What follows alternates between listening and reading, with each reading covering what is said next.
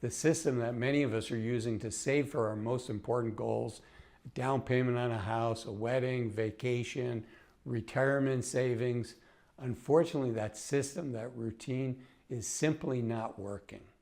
Here's some proof. Almost 2/3 of all Americans report living paycheck to paycheck. And it's not just a salary issue. Yes, it is salary related, but not entirely. Look at this. Over half of all the people making $100,000 a year or more report that they're not saving a dime.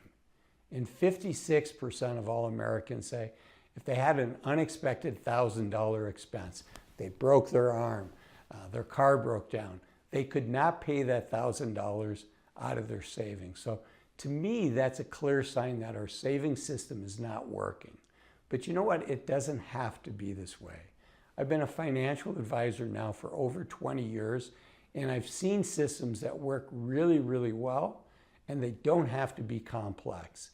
So in today's video, I'm going to share with you my 8-step paycheck routine that I think will help all of us get on track to meet our most important savings goals. And that's the purpose of this video, is to help all of us reach our savings goals so we can save that down payment for the house. We can save for a wedding. We can save for a vacation. We can start putting money aside for retirement. So let's jump in. The first step of this 8-step process is simply setting aside a small emergency fund. Typically, I like to see people save 3 to 6 months worth of their living expenses. But just to start off, let's target 2 weeks to 4 weeks of living expenses. Let's get that set aside so if we do have that broken arm, we can pay for that out of our savings account as opposed to putting on a credit card that's going to charge us 25–30% interest. Okay, number 2 is I want you to start thinking about what your baseline foundation is for your finances. And by that I mean, what are your wants and what are your needs? I'd like you to look through all of your expenses and really categorize these into needs versus wants. Needs would be something like paying your rent, paying your utility bill, paying your grocery bill. Wants would be things like going out to dinner, going on a nice vacation, things like that. The cardboard boxes that arrive at our houses far too frequently. Those are all wants. And I want you to categorize that so you have a feel for what's being spent on your needs, the necessities, and what's being spent on wants. And ultimately, I think it's helpful if you can get to your take-home pay. Half of it goes to your needs, 30% of your take-home pay after taxes goes to your wants, right? I don't want you to not enjoy the journey. It's not about sacrificing everything at all costs. But 50% to your needs, 30% to your wants, and then the rest towards savings. But let's talk about how we get there. As Dave Ramsey would say, let's take some baby steps on the way there. Okay, so the third one, speaking of Dave Ramsey, is I want you to look at your credit cards. I want you to pay off your high interest rate credit cards, your high interest rate loans.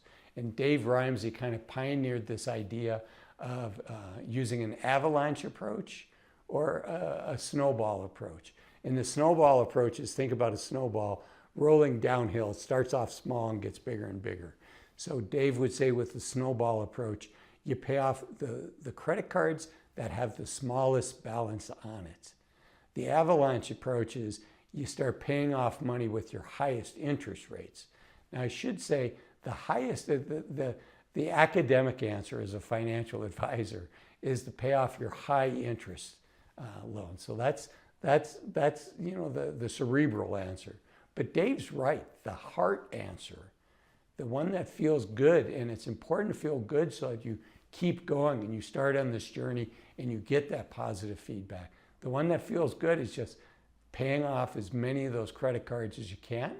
So the way you do that is you start with the smallest one. That's called the snowball approach. I don't care which one you use the one that's best for you, but that's step number 2. Okay, that was step number 3. The next one Step 4 is what I call say yes to free money. Who doesn't like free money? Well, you'd be surprised how many people do not take their employer up on their 401k match. Many employers in the US offer a 401k, and many employers, to entice their employees to put money in, offer a match, maybe the first 2% of the money that you put in, the first 4%, the first 5%.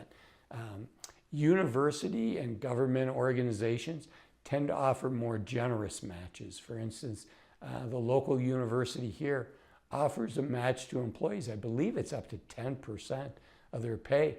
And frankly, you'd be foolish if you didn't take advantage of that. It would have to be an extreme situation where you should not be putting money in up to that free match, right? How often do we get opportunities like that? The SEC says that, past performance is no indicator of future performance, but you know what? I can't make many guarantees, but I can say this is a guaranteed 100% return on your money, risk-free.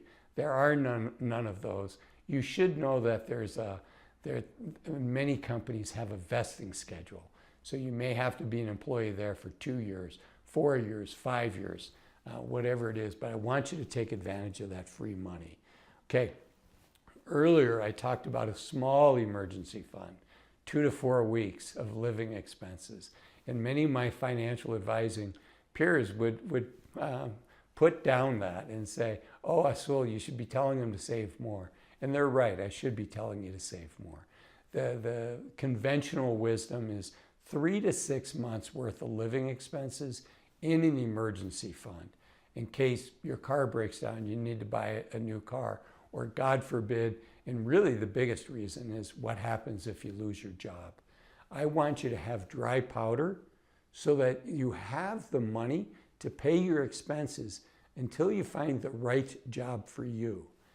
If you don't have an emergency fund, there's going to be a lot of pressure to just take that very first job. I don't want that to happen, and that's why I want you to have 3 to 6 months in a emergency fund. Now, if you're older, if you're in your late 40s, your early 50s, and you say to yourself, if I got laid off, I would look for another job, then it might make sense to have more money in that emergency fund, maybe a year, because as you approach 50, it can take a year to find another good job. Okay, let's keep going. Step 6 and 7 are kind of combined, and that is I want you to think about saving additional money in tax-deferred accounts unless you have an opportunity to skill up and to increase your skills, to increase the value that you can add to your current employer or maybe into a new career. If you're not making as much money as you think you should be, oftentimes a better investment than putting your money in a 401k and hoping you get a 7% return. Boy, if you can do some training, particularly for folks that are in entry-level type jobs, if you can do some training and get out of that entry-level position into something with additional skills, particularly if it's not that expensive and doesn't take that much time. The tax-deferred accounts are nice, but having those skill sets is something that can never be taken away from you and often will yield much higher returns. So you decide which one's 6 and which one's 7. But combined, it's additional money into your deferred tax accounts like a regular IRA, accounts like a regular 401k or a Roth 401k, a Roth IRA. I should say here, your future self is going to thank you if, as you're putting money in these tax deferred accounts, you think about when you're retired, how are you going to take money out? You don't want all of your money to be in a tax deferred account, because if that's the case, when you take money out, a regular IRA, a regular 401k, in the US, that's going to be taxed as ordinary income. Now, a Roth IRA and a Roth 401k, you don't have that problem. But think about that, because a lot of people just put all their money in a regular 401k and then they retire and they're like, oh my goodness, what did I do? I wish I had done it differently. And you can correct that later. You can do something called the Roth conversion. But you know, boy, it's a heck of a lot easier to just think about that ahead of time. Okay, so those are steps 6 and 7. The next step is, step 8 is what I call opportunity cost. I want you to enjoy the journey. It's not just about piling money into saving, but I want you to enjoy the journey. I want you to do that. I want you to look at the things in your life that you currently do, the manual labor, things that you have to do, right? Mow the lawn, maybe paint the house, get dinner ready, grocery shop, cooking dinner, things like that. You know, I wish going to the health club was in that as well, and here's why. Because I want you to think about, could you hire somebody to do that for you? And that's the health club joke. I wish I could get somebody to go to the health club and get me in shape, but I have to do that myself. But you know what? I don't have to do it myself for mowing the lawn, for, you know, weeding my garden, for painting my house, for changing the oil in my car, for grocery shopping. I can pay some people to do that. And it's called opportunity cost because I'm spending my time and I have an opportunity to do something else. Or remember in step 6 or 7, I talked about skilling up. Maybe instead of mowing your lawn and painting your house, you're taking some courses to increase your skill level. So those are the 8 systems. It doesn't have to be super complicated. And I think you can find a big benefit from doing this fairly quickly. I wish it worked where we could just put our paycheck into one big fund, into one account and spend what we wanted and the numbers would work out. But unfortunately, the statistics don't back that up. 2/3 of Americans are really hurting. I don't want you to be, the 2/3 that I mentioned at the beginning that are living paycheck to paycheck, I don't want that to be you. I want you to reach your savings goals, to save for your first house, a wedding, your vacation, to have a comfortable retirement. So thanks for watching this video. I also don't want you to be somebody that waits too long until they retire. So if you do a good job of saving, hopefully you'll be able to retire in your 50s or early 60s. And I want you to be thoughtful and deliberate as to whether you do that. And that's what this video up here is.